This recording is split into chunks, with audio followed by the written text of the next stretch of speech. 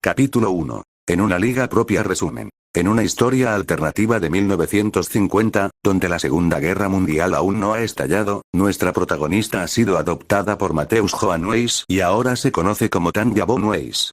Su vida ha pasado por muchas pruebas y tribulaciones, culminando en su desconexión con muchos de sus seres queridos de la guerra, pero no todo es desesperanzador.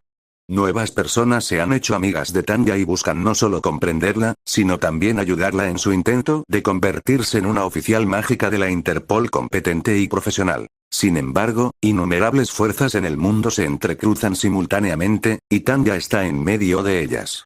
Desde las manipulaciones divinas dejadas por un dios desaparecido hace mucho tiempo, hasta varones ladrones que intentan apoderarse del mundo y comunistas con aspecto de elfos que promueven la revolución, Tanja sin duda tiene mucho que hacer, y eso sin contar su problemática vida amorosa. Notas. Esta obra contiene contenido político de historia alternativa, principalmente desde una perspectiva antiimperialista y antifascista. Esta postura se acentúa en la conclusión del primer libro. Es difícil inspirarse en los preparativos de la Segunda Guerra Mundial y los acontecimientos de la Guerra Fría sin entrar en conflictos ideológicos, y esta obra finalmente tomará partido, pero con una diversidad de perspectivas. Capítulo 1. Capítulo 1. En una liga propia. Notas. Ver el final del capítulo para las notas. El amplio mundo de la magia de Hans Zimmermann, publicado en 1945. El mundo de la magia es mucho más diverso de lo que solemos imaginar. Si bien el uso de orbes de computación es común en Europa, magos de todo el mundo han descubierto innumerables maneras de aprovechar la magia, cada una con su propio encanto y poder. En Europa, solemos pensar en el mundo como algo sobre lo que debemos imponer nuestra voluntad. Esto se refleja en el desarrollo de nuestras artes mágicas desde la Ilustración. Nuestras artes mágicas utilizan encantamientos mentales, llamados fórmulas, que pueden volverse extremadamente eficientes mediante el uso de orbes de computación, que realizan la mayor parte del trabajo mental en nombre de nuestros magos. Los cultivadores de Zangzi tienen una filosofía muy distinta, por lo que sus artes mágicas se desarrollaron de forma similar, pero no fueron menos avanzadas que las nuestras. Consideran la mente y el cuerpo como parte de un todo y se centran en convertir su cuerpo en un reflejo de su voluntad. Lo logran principalmente infundiendo maná en sus cuerpos, lo que llaman cultivo. Esto les permite usar sus cuerpos en lugar de focos externos para los hechizos. Existe una multitud de escuelas en Zangzi, cada una con su propia forma de artes marciales. Estas artes marciales actúan como subversión de encantamientos para traer los milagros de la magia al mundo. La alquimia, prohibida en Europa hasta nuestra era más civilizada, es también una forma de magia distinta a los orbes de computación. Se practica principalmente en Persia y las zonas septentrionales del continente sur. Con ella, han aprendido a crear formas de vida mágicas artificiales conocidas como homúnculos y familiares. Se especializan en la transmutación temporal de materiales en otra sustancia y han encontrado formas limitadas de almacenar objetos en sigilos que algunos alquimistas llevan como tatuajes. Aunque podría hablar indefinidamente de las diversas magias del mundo, sería un error no hablar de los magos innatos. Estos magos han sido transformados tan profundamente que sus cuerpos están hechos de magia. Al igual que los homúnculos, sus cuerpos poseen propiedades mágicas únicas. Al igual que los cultivadores, sus cuerpos pueden usarse como foco para hechizos. Una forma en que las personas se han convertido en magos innatos es cuando un orbe de computación falla, provocando una explosión. En muy pocos casos, las personas sobreviven gracias a la misma magia que las destruyó, que las regenera. Con todo su cuerpo reemplazado por la magia, han adquirido la capacidad de usar los poderes de un orbe de computación sin ella. Los científicos arcanos no están seguros de por qué mantienen la capacidad de completar fórmulas predefinidas contenidas en el orbe de computación que explotó, pero eso demuestra que aún tenemos mucho que aprender sobre la magia. Tras la Gran Guerra, apenas comenzamos a observar el amplio mundo de la magia disponible y a cuestionar muchas de nuestras ideas erróneas sobre su funcionamiento. Gracias a la innovación y la ciencia arcana, incluso los estilos más antiguos de enfoques mágicos han encontrado un nuevo propósito en esta era más moderna. Por ejemplo, los nuevos materiales sintéticos y el conocimiento preciso de qué hace posible la magia de ilusión han dado lugar a nuevos tipos de cetros mágicos comparables a los orbes de computación cuando se utilizan para crear ilusiones. La industria cinematográfica está encantada, ya que los orbes de computación son increíblemente caros, por lo que estos cetros representan una alternativa mucho más económica. Aún así, el orbe de computación reina en Europa. Su capacidad de personalizarse y actualizarse con fórmulas más eficientes para cualquier hechizo que un mago necesite con regularidad lo convierte en la opción predilecta de los magos más dedicados. Sin embargo, su coste es prohibitivo. Incluso los de un solo núcleo pueden resultar muy caros. Los de doble núcleo y superiores suelen costar una fortuna y solo los magos con la debida autorización, como los de las fuerzas del orden, pueden obtenerlos legalmente. Los de triple núcleo están disponibles exclusivamente para el ejército y requieren el presupuesto de una nación para su creación. Ahora, únete a mí mientras exploramos juntos el amplio mundo de la magia. La historia de los magos de Interpol, publicada originalmente el 13 de marzo de 1976 tras la Gran Guerra, reinó el caos. Orbes de computación de grado militar, dispersos por los campos de batalla, fueron adquiridos por el mejor postor entre los diversos sindicatos criminales de Europa. Gánsteres y movimientos políticos marginales asaltaron almacenes enteros de armerías mal defendidas, mientras que Germania se afanaba por reorganizar su gobierno tras la derrota. Muchos magos del continente ansiaban recuperar un orbe de computación y se unían a cualquier grupo dispuesto a proporcionárselo. Las fuerzas del orden convencionales no tenían ninguna posibilidad contra estos gánsteres mágicos, capaces de resistir los disparos con una facilidad humillante y de escapar volando en cualquier momento. Del caos surgió la Policía Internacional, Interpol, reclutando magos de todo el mundo para afrontar el momento y restablecer el orden mundial. Ningún grupo fue más famoso que los magos de Interpol 15. Aunque sus orígenes son desconocidos, los expertos creen que comenzaron como un equipo delegado ad hoc en Germania durante el tenso período del gobierno provisional, antes del surgimiento de la República Germana. Cuando se formó la Liga de Naciones para prevenir otra guerra y controlar a estas organizaciones criminales internacionales, este grupo germano se convirtió en la base de la rama de magos de Interpol.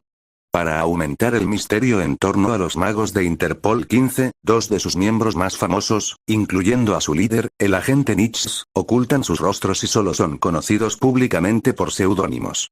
Sus miembros han cambiado varias veces a lo largo de los años, pero su lista cuando captaron la atención del público por primera vez era Soneto, una humanoide artificial con llamativos ojos rojos, cabello blanco y tatuajes mágicos vivientes que se desprenden de su piel para formar diversas armas y efectos de hechizo. Los registros indican que fue producto de un experimento humano ilegal en Persia. Tras ser rescatada por los magos de Interpol 15, lucha a su lado. Sus habilidades regenerativas la convierten en la favorita para establecer el primer contacto en situaciones potencialmente peligrosas. Fan, un prodigio de Zangzi que combina las artes marciales con la hechicería. Durante el invierno, su magia lo reviste como una segunda piel, por lo que no necesita equipo de protección ni ropa de abrigo. A diferencia de sus compañeros, puede neutralizar rápidamente las amenazas sin ser letal. Mascarada. Un actor experto en lenguajes secretos e ilusiones. Su habilidad para cambiar de disfraz rápidamente y actuar de forma creíble lo convierte en el personaje ideal para la infiltración. Mientras sus ilusiones llevan a los civiles a un lugar seguro y desvían a individuos peligrosos hacia trampas, sus disfraces infunden en el mundo del crimen la paranoia de que cualquiera a su alrededor podría ser él. Nietzsche. Una germana de baja estatura que casi siempre lleva casco de vuelo, gafas protectoras y abrigo. Ha liderado a los magos de Interpol 15 desde su creación. Si bien se especializa en abatir magos poderosos en duelos, su verdadera fuerza reside en su mentalidad estratégica, que mantiene a su equipo al mando. Es muy reservada con su vida personal y tímida con la prensa. El misterio en torno a su identidad y sus motivos ha creado un vacío que permite a la gente imponerle sus ideales, esperanzas, frustraciones y posturas políticas. Un almacén de cemento en Nortildora, 14 de enero de 1950 era un buen día para ser Antonio Ciancimino. Él y los chicos acababan de hacerse con un nuevo lote de orbes de computación civiles modificados ilegalmente para empaquetarlos en cajas seguras dentro de la mezcla de cemento y enviarlos pronto a toda Europa. Uno de los orbes del lote era un preciado trinúcleo para el gran jefe. Ninguna de las bandas rivales locales ni la policía se atreverían a meterse con ellos. No con magos como Antonio y sus dos subordinados más cercanos cerca. Una vez realizado el envío, nadarían en dinero para llevárselo a sus familias y hacer realidad todos sus sueños.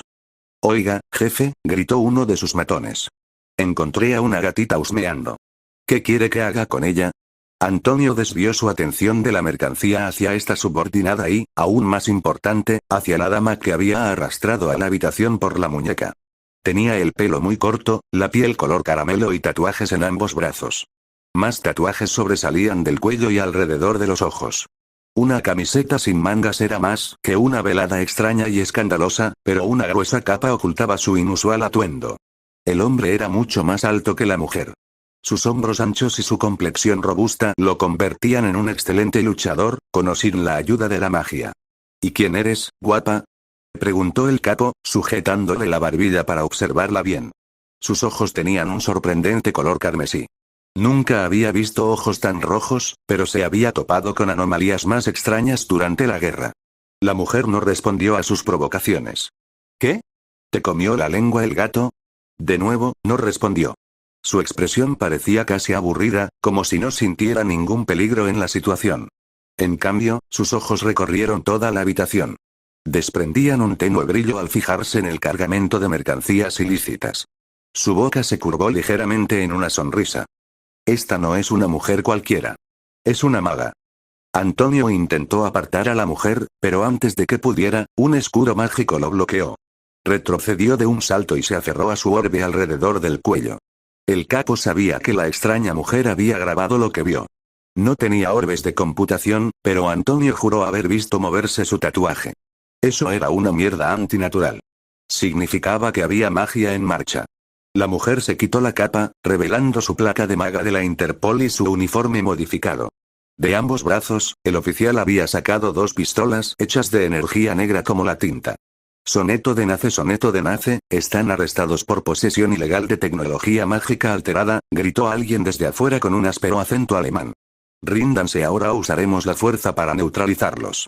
Sí, claro, respondió Antonio mientras cargaba su orbe de computación de doble núcleo de grado militar robado y atacaba al oficial de la Interpol con las pistolas de lujo.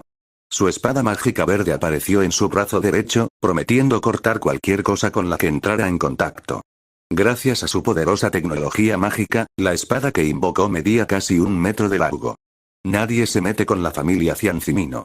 El oficial de la Interpol no perdió tiempo y desató una ráfaga de fórmulas ópticas que rebotaron inofensivamente en su escudo mágico.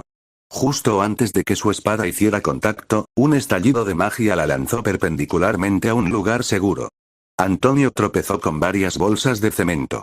Su espada mágica cortó varias bolsas, esparciendo polvo por todas partes y cegándolo temporalmente. Al girarse para arremeter de nuevo contra la niña abandonada, Antonio vislumbró lo que había sucedido en los últimos instantes. Un hombre alto de cabello negro y uniforme de la Interpol corría entre los subordinados de Antonio, que no eran magos, golpeándolos con las manos. Cualquier parte del cuerpo que tocara la dejaba inerte. El capo percibía las pequeñas descargas de maná que este tipo usaba al final de sus ataques para ejecutar aquella arte marcial paralizante.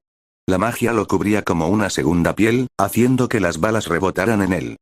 Tus trucos no pueden con el poder de la ingeniería hildoana, rugió Antonio. Come policías de fórmula. Dicho esto, sacó su ametralladora del cinturón y lanzó su propia fórmula óptica. Una de las ventajas de su modelo era que le permitía redirigir sus fórmulas ópticas. Por muchas veces que la mujer de ojos rojos esquivara, él simplemente cambiaba su vector. Ella no podía hacerle daño con sus insignificantes fórmulas ópticas, pero él sí. Era solo cuestión de tiempo. Entonces, la mujer se dividió en 3. No tuvo tiempo de averiguar quién era la verdadera. Escogió a una, y la atravesó y chocó contra una pared, disipando su rayo de energía. Se dio cuenta de que las ilusiones no provenían de ella. Otra mirada a su alrededor reveló a una agente de la Interpol, bajita y con casco, gritando en germano mientras libraba fácilmente un combate de 2 contra 1 contra los 2 magos subordinados de Antonio. Chella, toma el triatlón y corre. La mujer, una maga de 23 años que era como una hija para Antonio, se impulsó hacia la caja que contenía el orbe de computación tan especial. Don interceptó al oficial germano, pero recibió una cuchilla mágica en el estómago por la molestia. El capo juró mentalmente que vengaría a su camarada. Chella, afortunadamente, no dudó. Activando el trinúcleo, salió disparada del almacén de cemento hacia el horizonte de Hildo. Sería un dispositivo difícil de manejar, pero volar era algo natural para los magos. Antes de que Antonio pudiera hacer nada, vio a un cuarto mago, un hombre con una máscara colorida, lanzar un hechizo con un cetro antiguo tan largo que parecía un bastón. Entonces todo se volvió negro. Fue un mal día para ser Antonio Ciancimino. Fang ajustó su postura para perseguir al gánster que acababa de huir. No nos persigan, ordenó su comandante. La ira ardía en el hombre. Eran criminales. Había que detenerlos antes de que hirieran gravemente a la gente con las peligrosas armas que traficaban. Se había entrenado toda su vida en combate mágico en su tierra natal. Ningún simple gánster podría detenerlo, creía Fang. ¿Por qué no? No perseguimos objetivos solos. Puedo llevármela. Fang, si no te rindes, la agente Nix, como la llamaban, no necesitaba terminar la frase. Todos tenían nombres en clave, excepto Fang. Nix era su comandante, y debían acatar sus órdenes. Eso no impidió que el hombre se enfureciera. No tenemos magia, suplicó uno de los gánsteres que permaneció de pie después de que Fang eliminara al resto. Ustedes, los magos, no pueden atacarnos legalmente. Conozco mis derechos. Nix se volvió hacia él. De hecho, sí podemos. Ahora ríndete, o acabarás como tus amigos. A Fang no le gustaba la tarea de luchar contra los Mundis, pero sus artes marciales no letales hacían que abatirlos fuera fácil y satisfactoriamente humano. Sus objetivos permanecían aturdidos el tiempo suficiente para esposarlos y entregárselos a los oficiales no magos para que los procesaran. Las tensiones entre magos y no magos, también conocidos como Mundis, se dispararon tras la Gran Guerra, y se introdujeron varias leyes en toda Europa para prevenir la violencia entre magos. Eso no significaba que Nietzsche no tuviera razón.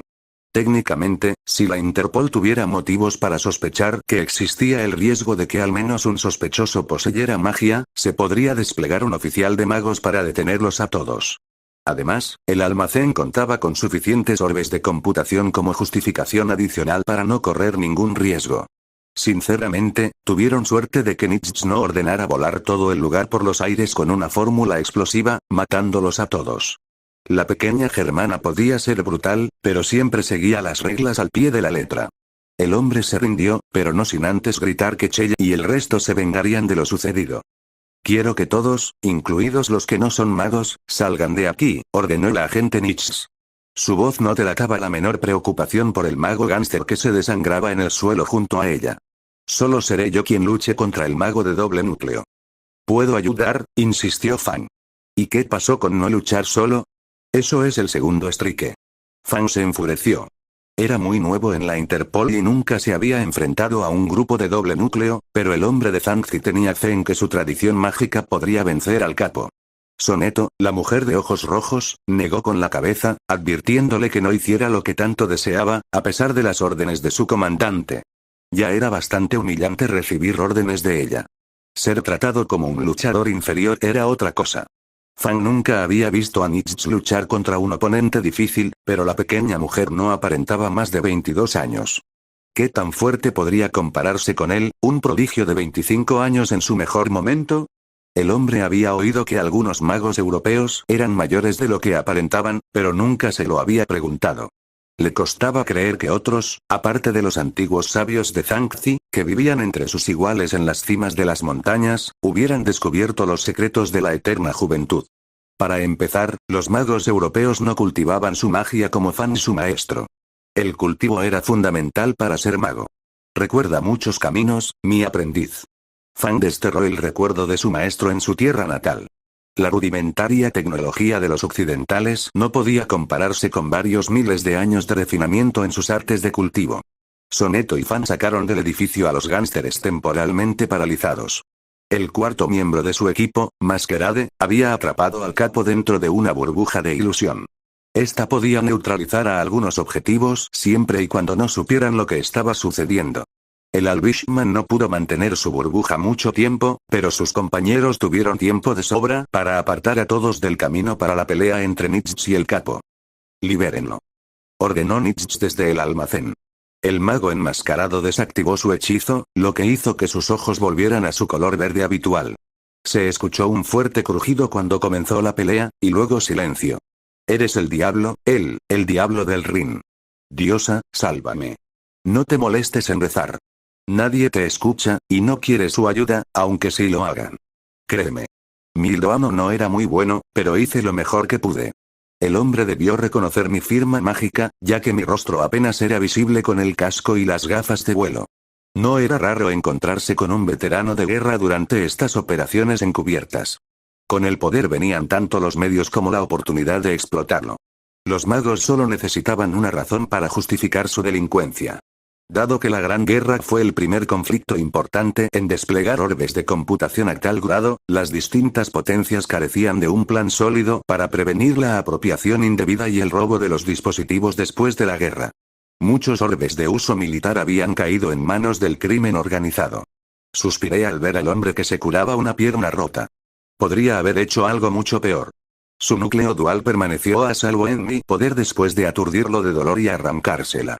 Yo también tenía un núcleo dual, y mis fórmulas ópticas podían perforar fácilmente su burbuja cuando lo atacaba desde un ángulo inesperado. La burbuja de ilusión demascarada no solo había servido como una prisión en miniatura, sino también como el truco perfecto para sorprender a magos más hábiles como Antonio Ciancimino. Había leído el expediente de este tipo antes de esta operación encubierta. Era peligroso, y no iba a correr riesgos innecesarios con mi personal. El hecho de que me reconociera significaba que se había encontrado conmigo y con mi batallón durante la guerra y que había sobrevivido. El gánster estaba de espaldas a mí cuando salió de la burbuja.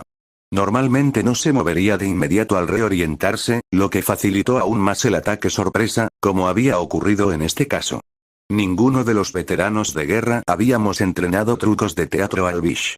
La idea de implementarlos en el campo de batalla era tan absurda como impráctica, pero en estas situaciones de duelo, eran una de mis bazas para vencer a estos insensatos que no se adaptaban a los nuevos tiempos y circunstancias. Me acerqué por detrás a toda velocidad, superé su barrera con una fórmula de interferencia, le rompí la pierna y le agarré el orbe. No tardé más de 2 segundos. No tuvo ninguna oportunidad. Mis hechizos de aceleración mental hicieron que este tipo de maniobras complejas fueran pan comido. Tras dar el visto bueno, los agentes de la Interpol, de poca monta, se apresuraron a llevarse al capo y los orbes de computación. Aún teníamos a una maga suelta, pero con un trinúcleo, podría haber estado ya a 1 o 2 kilómetros de distancia. No sabía lo rápido que era el novato Fan, pero dudaba que incluso él pudiera superar a los nuevos trinúcleos.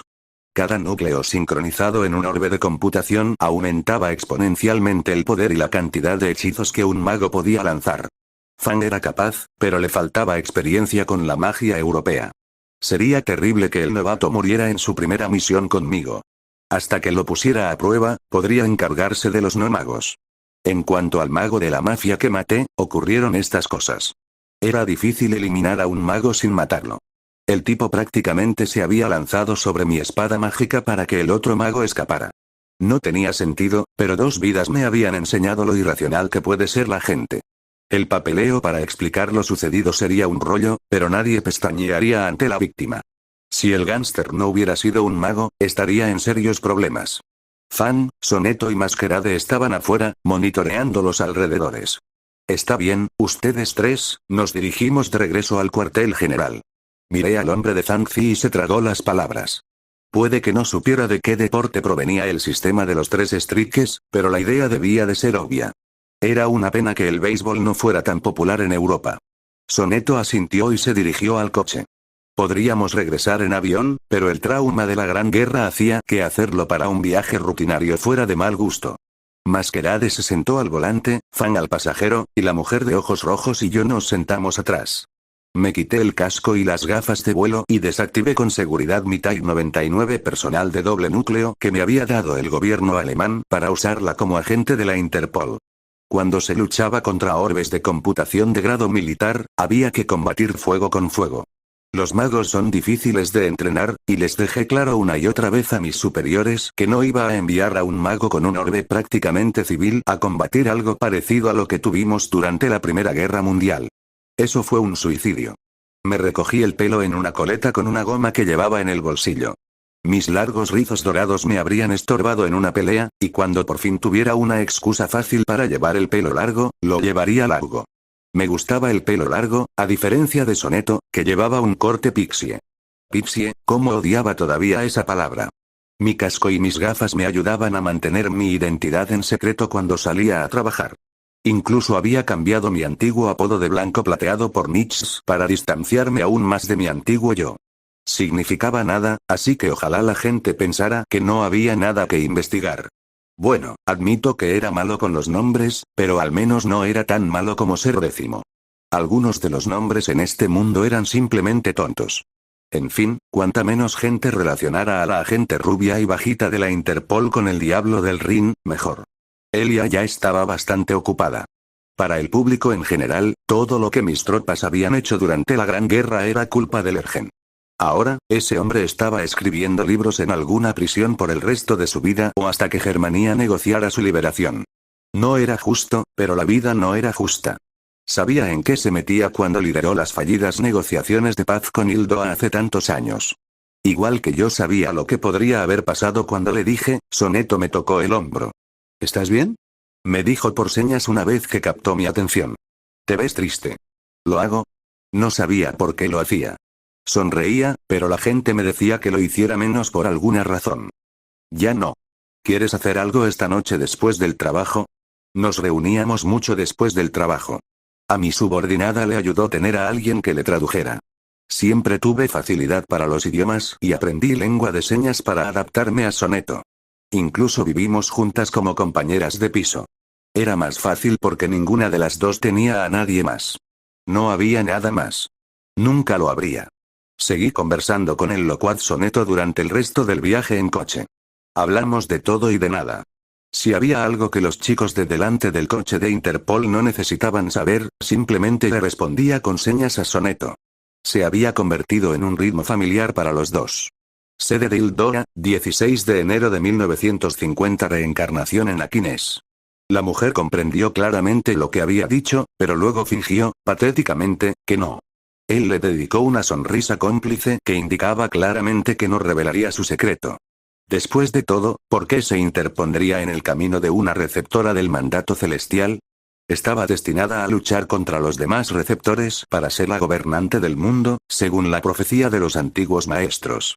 Su secretismo debía ser parte de su estrategia para obtener la mayor ventaja posible sobre sus oponentes. Fang no se molestó en explicarle nada de esto, pues obviamente era una sabia maestra aquinesa que ya lo sabría todo. Se ofendería. Estaba deseando ver esas batallas. Serían increíbles. Solo pensarlas lo emocionaba. Hasta entonces, la cultivadora entrenaría con ella. Ya ni siquiera le importaba que fuera mujer. Masquerade tenía razón. Era única en su clase, conocí su orbe de 4 núcleos. Suspiré con resignación. Fang era un reto. Aprendió tan rápido que pronto tendría que usar mi ingenio para ayudarlo a progresar. Le indiqué que memorizara todos los orbes de computación. A diferencia de las peleas, estas tareas más intelectuales le llevaban mucho más tiempo, siempre y cuando no las obligaran a participar en otro entrenamiento o a ver un nuevo hechizo. Si estaba motivado, terminaba cualquier tarea rápidamente. Prodigios como este tipo realmente hacían que los soldados veteranos como yo nos sintiéramos inútiles.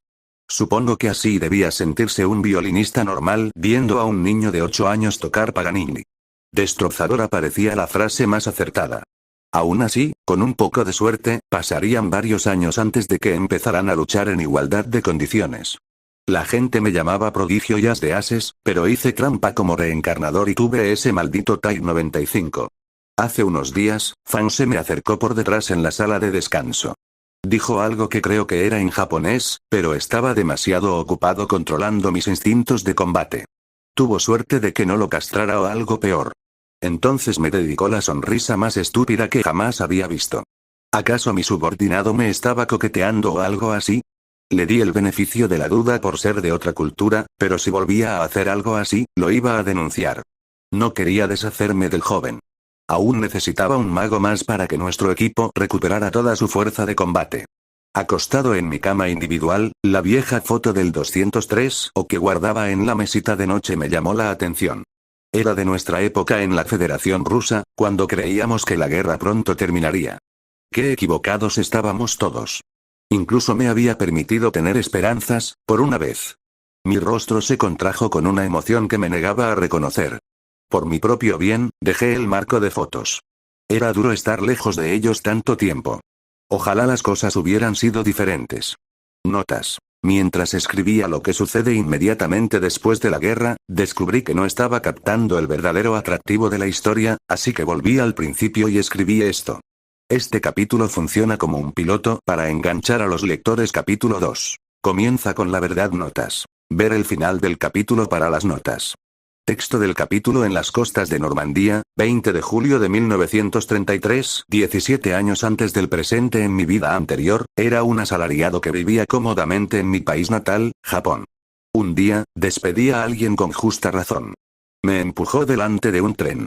Un ser que se hacía llamar el dios de mi mundo decidió conversar conmigo. A este ser, al que llamé Ser Décimo, no le gustó la evaluación que le había hecho, y Ser Décimo decidió tomar mi consejo de la peor manera posible. Me reencarno con todos mis recuerdos de una pequeña huérfana europea en un país llamado Germania en 1914. La historia había cambiado significativamente desde principios del siglo XX, que conocí en mi vida anterior. Una de las principales causas fue la magia presente en este mundo. Mediante el uso de orbes de computación, incluso una niña pequeña como yo podía luchar en el frente.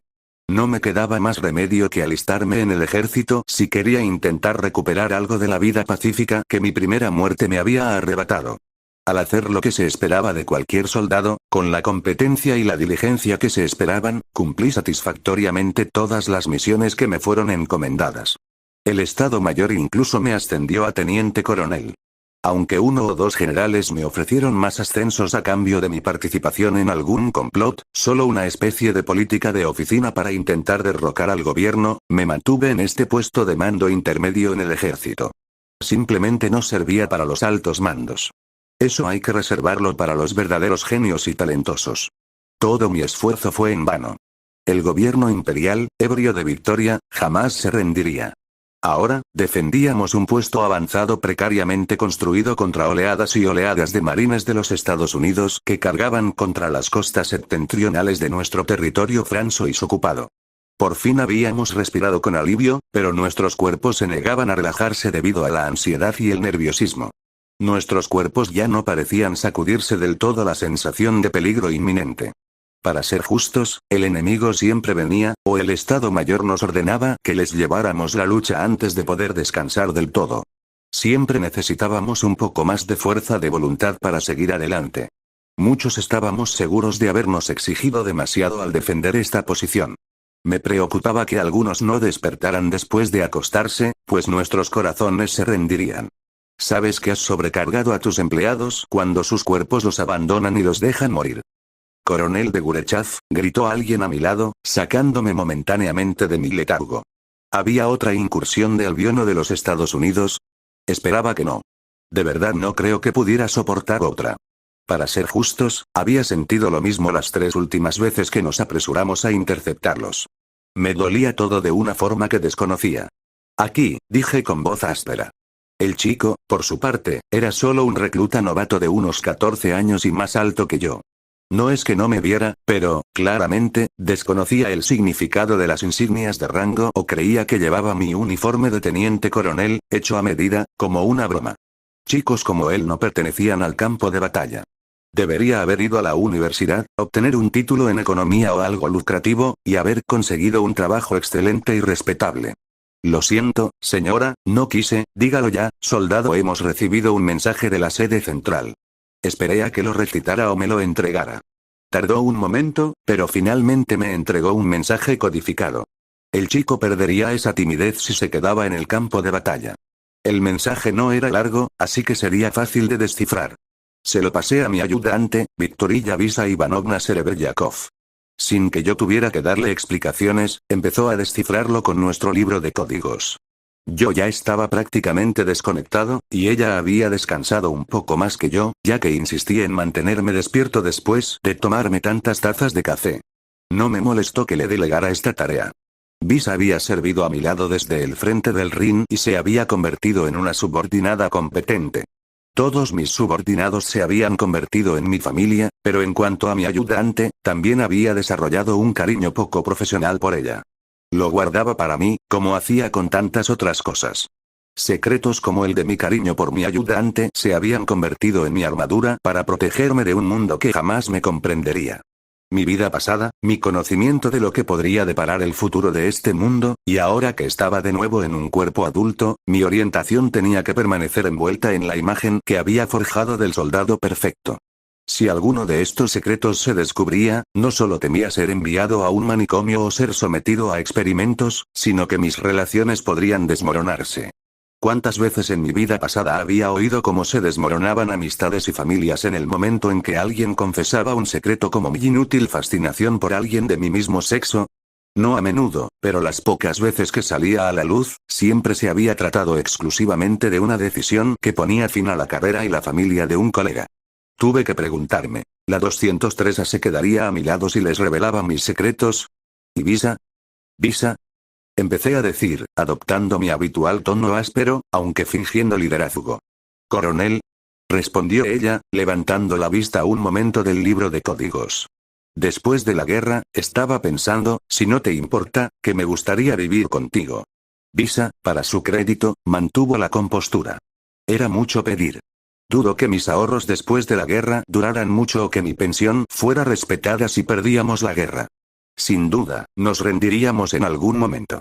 Germania había sido una potencia nacional con una presencia industrial casi inigualable a nivel mundial. Fue necesaria la colaboración de todas las grandes potencias para derrotarnos.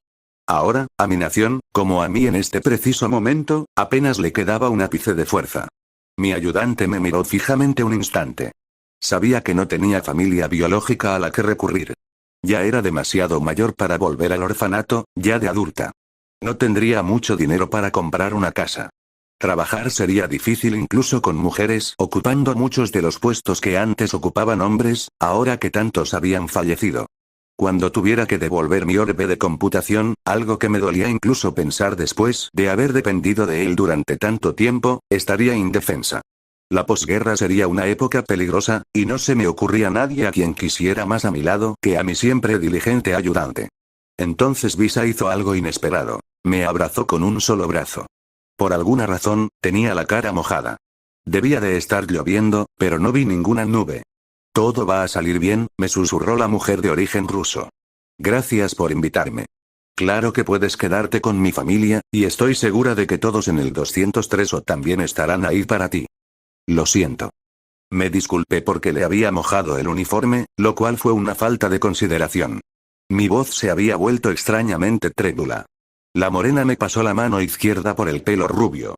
Había empezado a usar este gesto tranquilizador cada vez que mis sueños del Rin se alteraban o cuando los síntomas de la pubertad tardía me asaltaban con un cambio de humor aberrante. Ya no podía mantener el mando como antes. Mi vicecomandante, Mateusz Johanweis, tuvo que intervenir considerablemente para cubrir mi ausencia cuando ya no podía mantener la compostura. Nadie cuestionaba mi liderazgo. Solo necesitaba tiempo de vez en cuando para trabajar con Visa o con alguno de los otros y recomponerme. El desafío estoico aquí, la fría racionalidad allá, la adhesión a los principios del mercado allá, me avergonzaba tener este impedimento en mi capacidad de hacer mi trabajo de manera confiable. Aunque para Visa fue un placer atender mis estados de ánimo improductivos, el hecho de que yo albergara estos sentimientos poco profesionales hacia ella dificultaba el contacto. Ella no entendía mis sentimientos.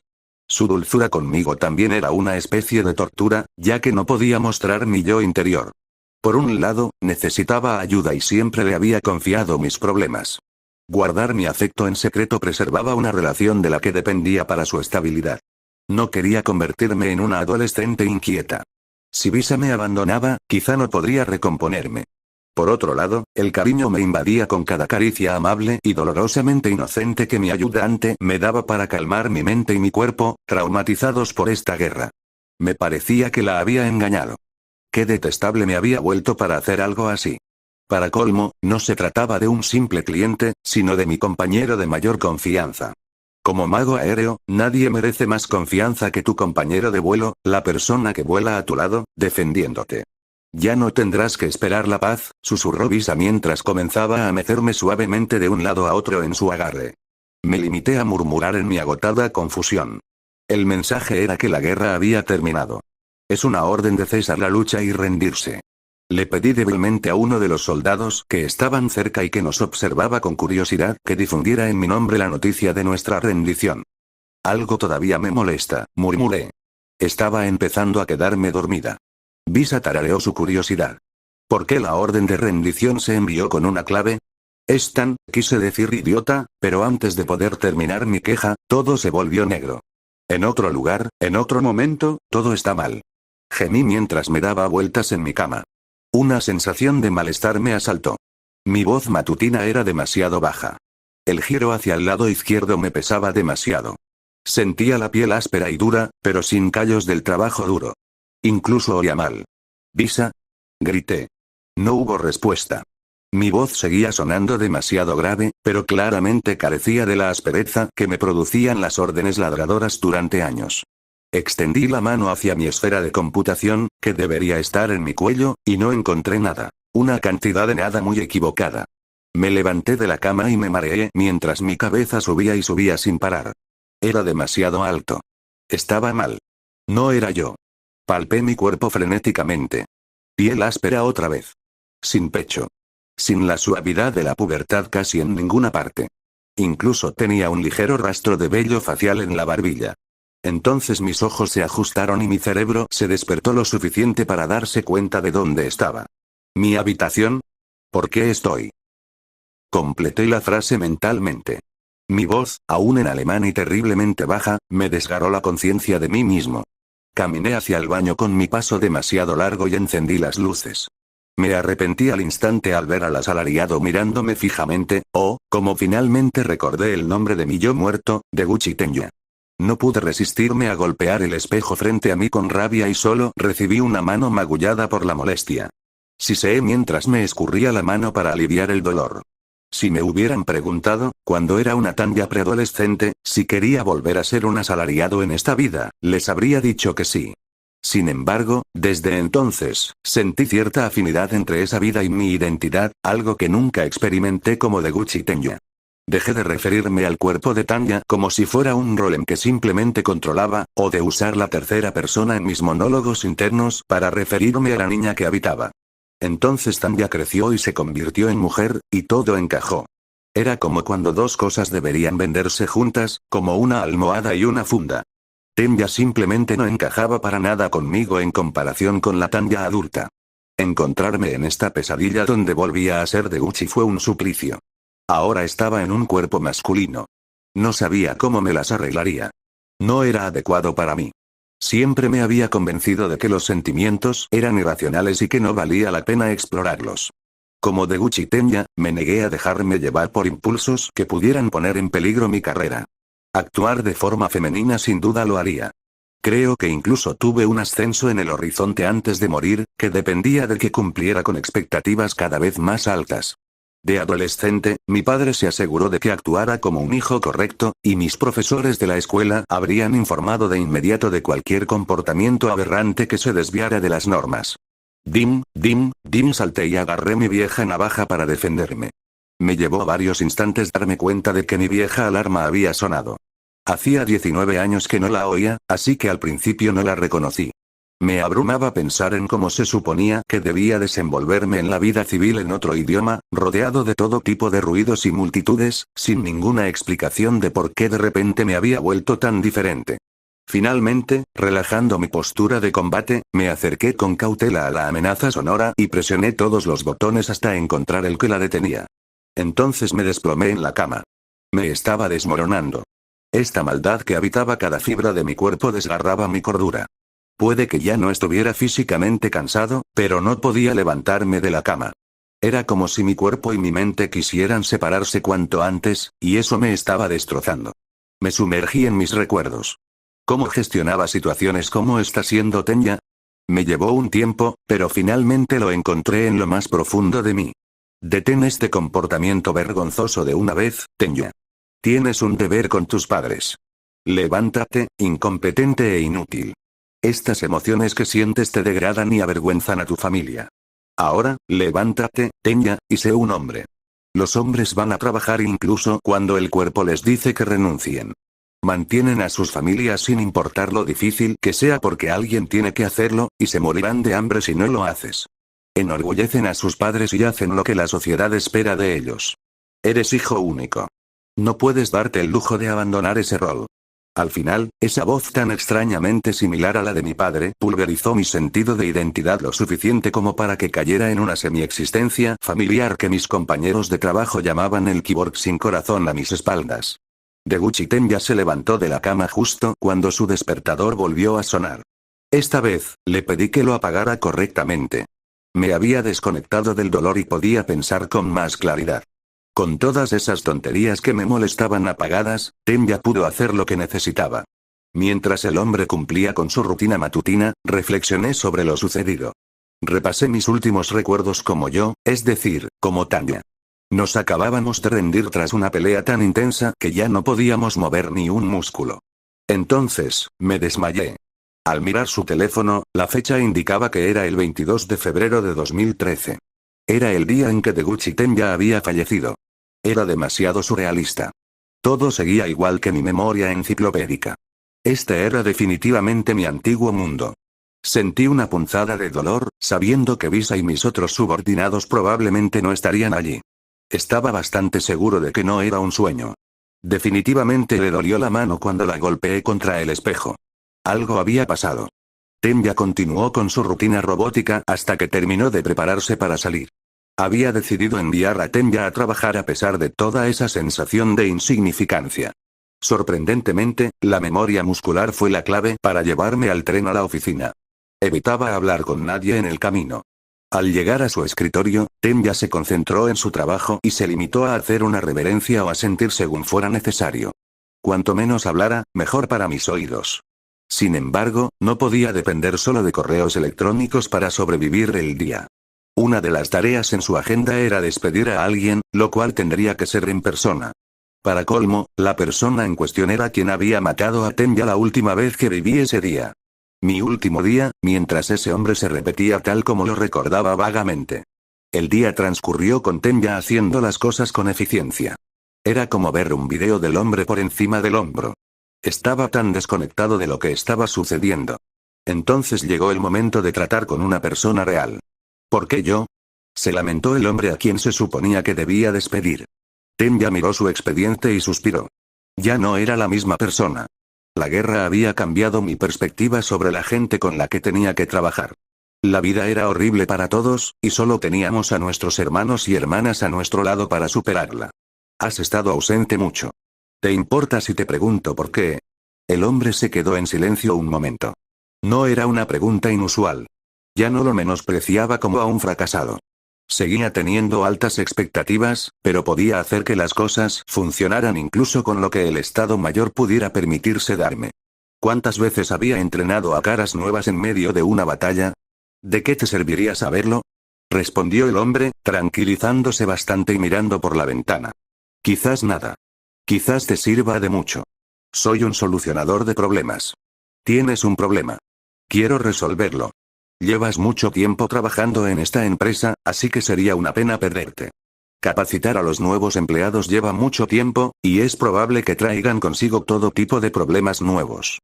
En mi opinión, sería mejor resolver tu problema que tener que capacitar a un nuevo empleado y lidiar con su adaptación a nuestras expectativas de carga de trabajo.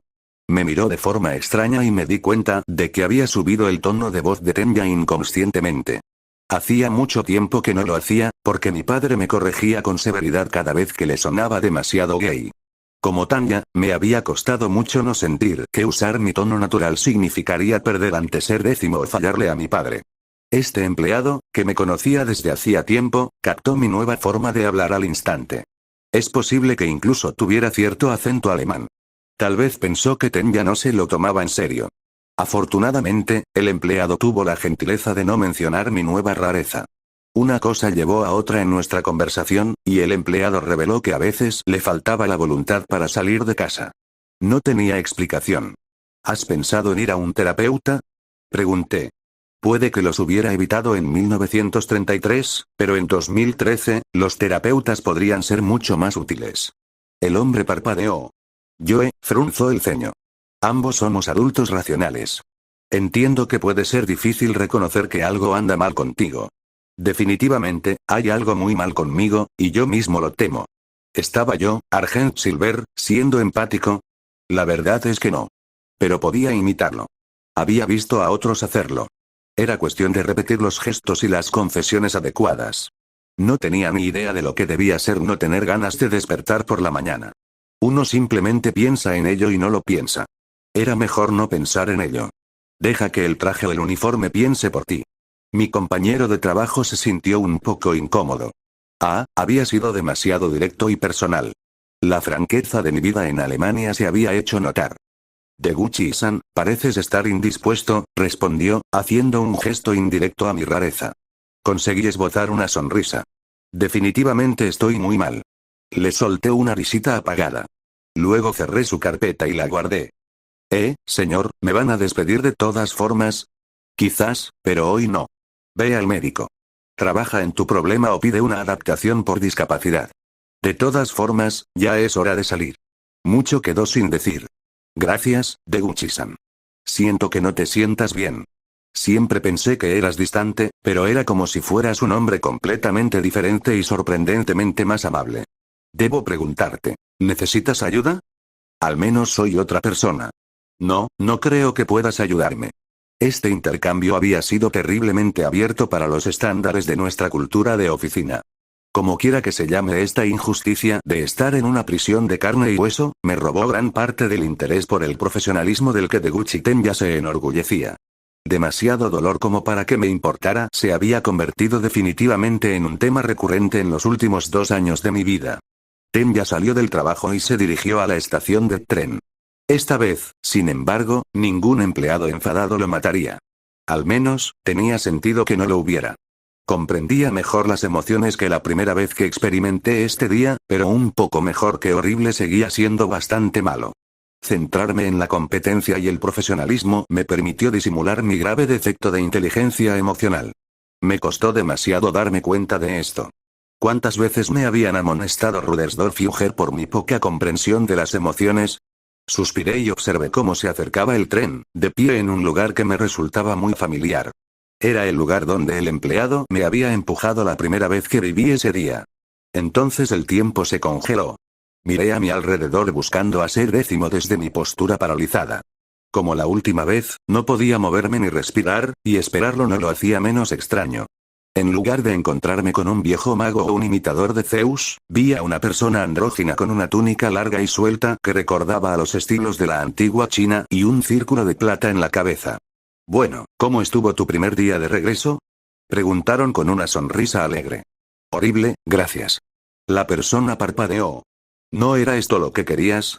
Volver a esta vida donde tenías una existencia pacífica y cómoda. El anterior dueño de estos mundos fue muy cruel contigo, pero nunca lo veneraste sinceramente, lo que significa que gané nuestra apuesta. Ahora, estoy a cargo de estos mundos, y te he enviado de vuelta aquí con tu antigua vida intacta porque me pareció lo correcto. Puede que sea un coleccionista desinteresado, pero era lo mínimo que podía hacer después de ver episodios de tu vida. Es difícil de explicar. Su mano izquierda se deslizó por su diadema por un instante. Su rostro adoptó diversas expresiones. Eso explica muchas cosas. La verdad es que no lo sabía. Pensé que esta sería otra historia de Job. Sabes que puedo darte la recompensa completa de Job por ganar la apuesta. Todas las riquezas que puedas desear. Incluso puedo darte un cuerpo nuevo con buena salud y esa longevidad mágica que tu anterior dueño te dio a ti y a los demás. Es difícil dejar pasar la eterna juventud por resolver tus problemas. Créeme. Puede que sea difícil de explicar al principio, pero la gente pensará que es una variación genética extraña. Creo que eso me ayudará a aclarar las cosas. Ellos, al igual que ser décimo, no lo sabían todo, pero claramente habían escaneado mi memoria de alguna manera sin una sola pizca de remordimiento por violar mi privacidad. Habría sido agradable vivir cómodamente sin esta maldad acosándome, pero algo seguiría estando mal en ese escenario. El rostro de Visa apareció en mi mente. Fue irracional. Fue terrible para mi futuro. No debería hacerlo. Quiero volver, le pensé. Esos ojos suyos no dejaban de compadecerse de mí. Lamento mucho que hayas pasado por todo esto. ¿Pero estás seguro? No será fácil en ese mundo. Prefiero no tocar y simplemente observar. Es raro que yo entre en una de mis canicas. Canicas es como llamo a quienes están dentro de estos universos personalizables, ya que las cosas son muy diferentes fuera de ellos. En fin, a veces ni siquiera toco mis canicas durante 2 o 3 siglos antes de jugarlas en una nueva partida con otro coleccionista. Te prometo que no volveré a molestarme con estas canicas hasta que tenga que refrescarlas de nuevo cuando se enfríen y se queden prácticamente inmóviles. Estoy seguro. No te dejaré en ese mundo sin darte al menos algo. Mi regalo es que la próxima persona con la que hables te comprenderá completamente. Esto solo funcionará una vez, así que no lo desperdicies. Podrás agradecerme después. Aunque, conociéndote, probablemente no lo harás. Esto me parece muy insultante. La gente entiende lo que quiero decir cuando, dicho esto, caminaron detrás de mí y me empujaron. El tiempo se detuvo, y lo último que vi fue el tren. En otro lugar, en otro momento, ¿verdad? Gemí. Volví a oír mi voz con toda su ronquera, pero al menos no era demasiado masculina. Tenía justo la profundidad de voz matutina adecuada. Tania. No hablé tan alto, teniente Serebryakov. La amonestación salió débilmente. Tenía tanta hambre que podría haberme comido la camisa, lo cual habría estado mal, ya que pertenecía al ejército. Seguía siendo responsable de ella y no quería lidiar con el papeleo para conseguir una nueva. Ya podía imaginar su reacción al explicarles lo que había pasado con mi camisa vieja. Abrí los ojos y me acostumbré lentamente a la luz del mediodía que se filtraba a través de la tela de la tienda en la que me encontraba. Me encontré en una camilla con suministros médicos, pero sin otros pacientes. Debí de quedarme dormido de cansancio. Instintivamente, busqué mi esfera de computación. Había vuelto a faltar. Lo siento, tuvimos que devolverlos como parte de nuestra entrega condicional, me dijo. No podía angustiarme. Estar pegado al suelo sería bastante frustrante, pero al menos ella también estaba aquí abajo. Visa, empecé en voz baja, mirando el techo de la tienda. Si iba a haber un futuro para nosotros, quería empezar con la verdad. Has estado trabajando por encima de las expectativas durante mucho tiempo. Visa me pasó unas rodajas de manzana peladas. Sentí una oleada de cariño al darme cuenta de que había copiado lo que yo había hecho por ella cuando se lesionó. Tras unos bocados y un poco más de agua, pensé en lo que diría a continuación. Mi ayudante también me dio un poco de cabrot. Puede que no fuera una camisa, pero estaba seguro de que el cabrot sabía peor que una. Una extraña magia me cosquilleó en la garganta. Debía ser el hechizo del coleccionista de canicas.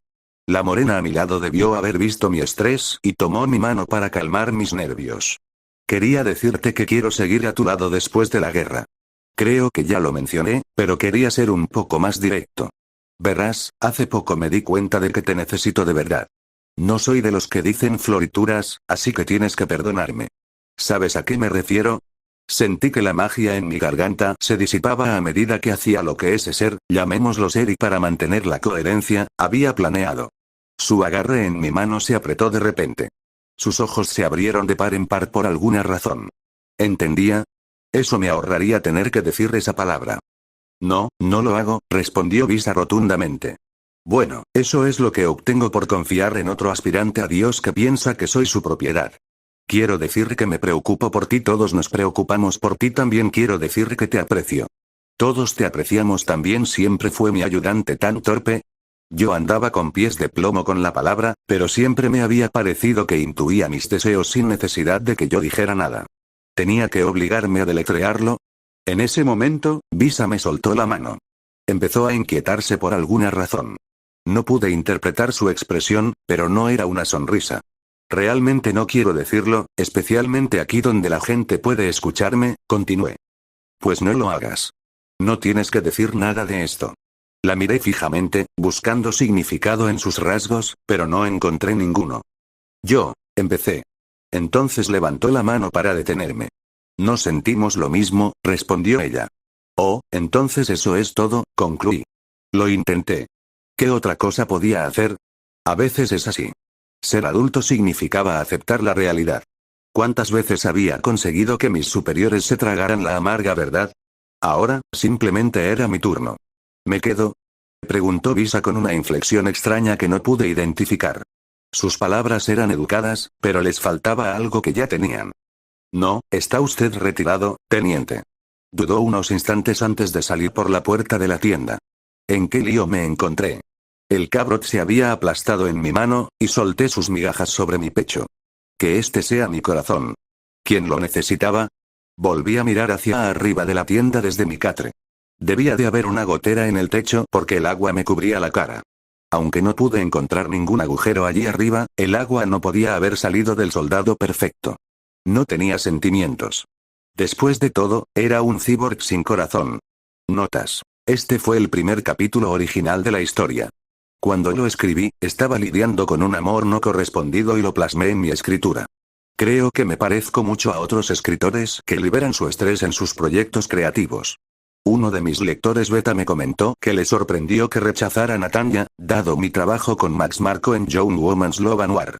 No me considero una persona que shippea, sino más bien una persona que intenta compensar la falta de personajes con los que me identificaba en la ficción de mi infancia creando mis propias historias. Dicho esto, Tanya tiene su propio personaje, aunque pueda empatizar con ella. Habría publicado esto antes, pero pasaron cosas en mi vida. No ayudó que alguien me dijera que era terrible. Tras recuperarme de un bajón emocional, compartí esta historia con otros escritores y fans de Tanya. Les gustó mucho, y eso me animó a publicarla por fin. Capítulo adicional. Después de la Gran Guerra Notas. Estos son fragmentos de historia de periódicos, cartas, libros, etc. De 1933 a 1950. Esto debería dar contexto adicional a los eventos de esta historia. Texto del capítulo Historia después de la guerra. El imperio se rinde, la guerra ha terminado. Publicado el 21 de julio de 1933 en el Londonian Times. Todos celebran el fin de la guerra. El imperio aceptó ayer una rendición condicional tras una durísima batalla en las costas de Normandía, donde las fuerzas aliadas e imperiales se encontraban en un punto muerto. Las celebraciones ya han estallado en las principales ciudades del mundo. Como parte del acuerdo de paz inicial negociado en Londonium, nuestro Ministerio de Asuntos Exteriores ha negociado un paquete de reparaciones para Francois que, según todas las partes, creará una paz más duradera.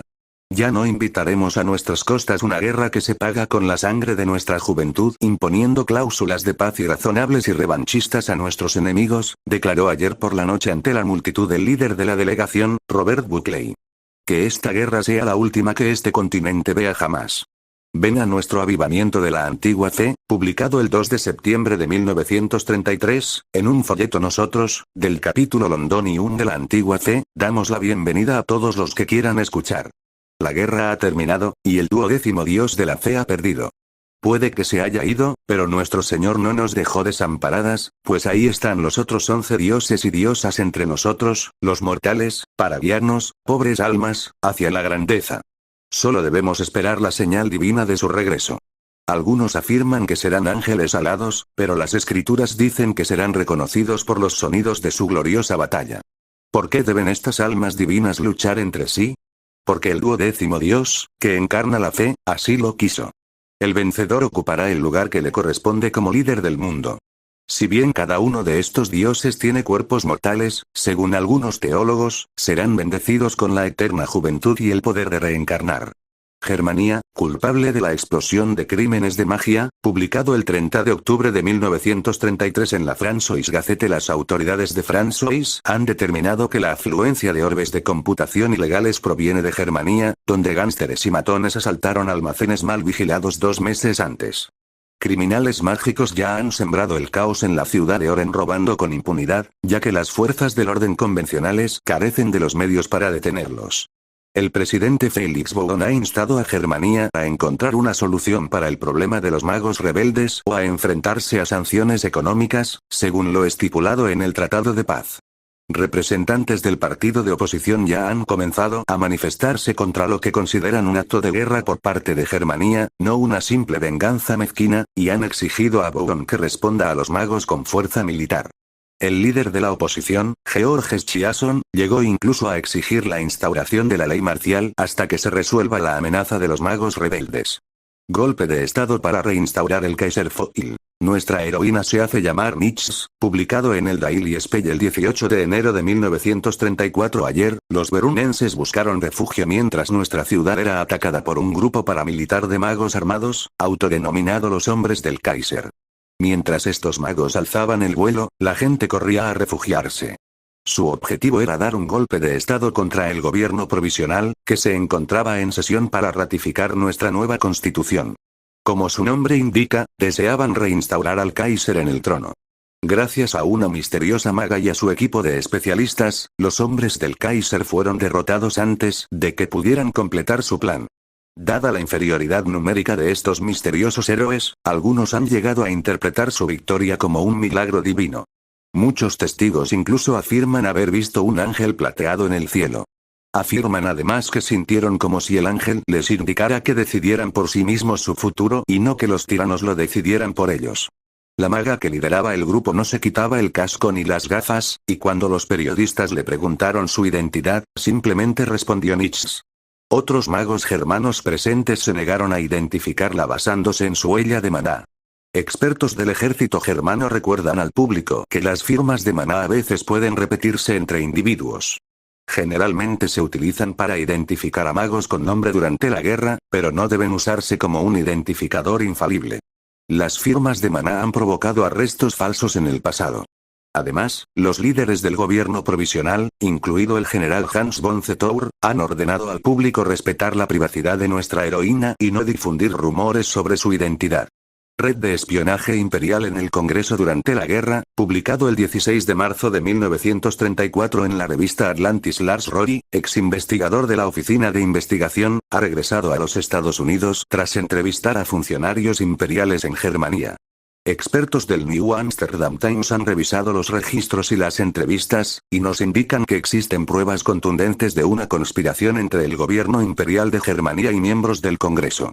Primero, una espía alemana, cuyo nombre en los archivos solo la menciona como encontraría objetivos vulnerables en el Partido Reconstruccionista. Les ofrecería lo que deseaban a cambio de su participación en una campaña de propaganda para disuadir a la opinión pública de apoyar a los aliados en la guerra en Europa. Los dos peones más importantes de esta conspiración imperial eran el senador George London y el miembro del Congreso Ernst Till. London sufría en secreto una enorme deuda debido a los costosos tratamientos que su esposa necesitaba para una enfermedad grave. El espía imperial le proporcionó fondos y acceso a médicos imperiales a cambio de su participación en la conspiración. En cuanto a ella, quería mujeres y dinero para apuestas. Redactaba los discursos y se los entregaba a su grupo de políticos y personal. Estos los leían en el pleno del Congreso, incorporándolos al registro congresional. Posteriormente, el personal los reimprimía, los metía en sobres franqueados y los enviaba por correo al pueblo estadounidense, difundiendo así la propaganda anti-intervencionista imperial. El plan apenas le costó un centavo al imperio, ya que senadores y representantes tienen la facultad de franquear el franqueo a expensas del contribuyente. En otras palabras, los estadounidenses pagaron la factura de difundir toda la propaganda del imperio. Aún no tenemos estimaciones precisas del costo total de este fraude para el pueblo de los Estados Unidos. La primera pista que el ex investigador del FBI, Lars Rory, tuvo sobre los esfuerzos de llegó tras el coche bomba que acabó con la vida de George London. Si bien las pruebas apuntan a espionaje extranjero tras su trágica muerte, los investigadores descubrieron que los discursos de propaganda milagrosamente no habían sido afectados por la explosión. Norma London acudió a la prensa para defender la carrera de su esposo de las acusaciones de conspiración con el imperio, pero cometió un desliz ante los ojos de Rory al admitir que los discursos ni siquiera fueron escritos por su esposo, sino por Sally Warrick. Rory cree que la señora Warrick es la espía imperial de Lars Rory afirma que su investigación no fue partidista, sino que se basó en el deseo de descubrir la verdad y en la convicción de que el pueblo estadounidense merece conocerla.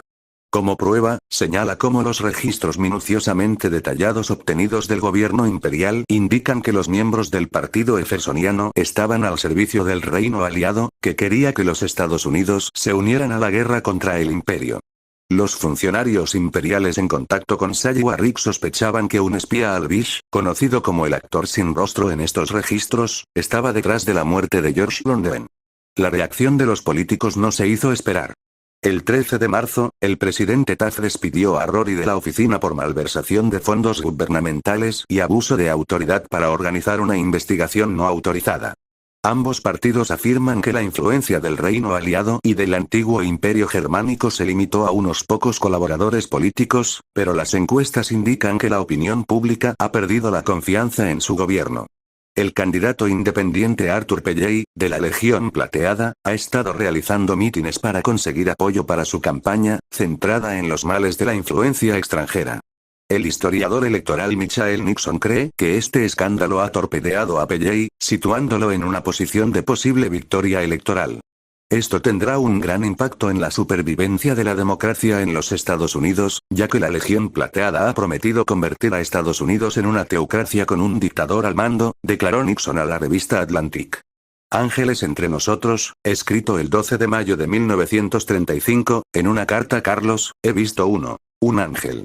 Tenía alas teñidas de carmesí y un halo dorado. Sus ojos eran como obsidiana con iris dorados.